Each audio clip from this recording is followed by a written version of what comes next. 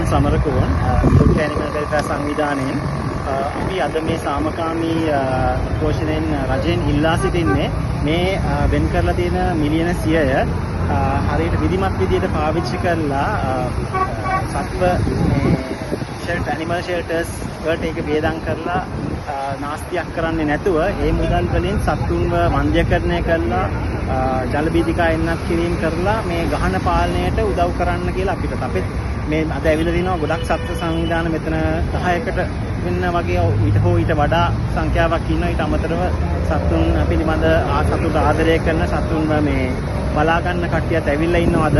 ඉතින් අපිට රජයෙන් ඉල්ලීමක් කරන්නේ මේ අපිට උදව් කරන්නම් මේ ඇවිලින් හැම දිනම ඊට අමතරව මම දන්නවා රටේ ඉන්න සත්තුන්ට ආදරය කරන හැමෝම මේ වැඩේට උදව් කරයි. ඉතින් සත්තුන්ව තැන්කට හිර කරන්නේ නැතුව ඒ සත්තු ගහණය පාලනය කරන්න අපි උතුමන්ලාට උදව් කරන්නම්. ඒ සඳහා ඔය තියෙන වෙන් කරලා තියෙන මිලියන 100 ඒ වෙනුවෙන් වැය කරලා පළවෙනි අධීර විදියට සත්ව වන්ද්‍ය කරන වැඩසටහන් සහ ජල බීජිකා එන්නක් කරන වැඩසටහන් පටන් ගමු කියලා. කොහොමද? So today we are doing this protest against the initiative from the government to try and open a shelter, government shelter for dogs, and a crematorium also at the same time. But the government has absolutely no idea how much cost actual shelter will it will cost to look after a lot of animals in a shelter.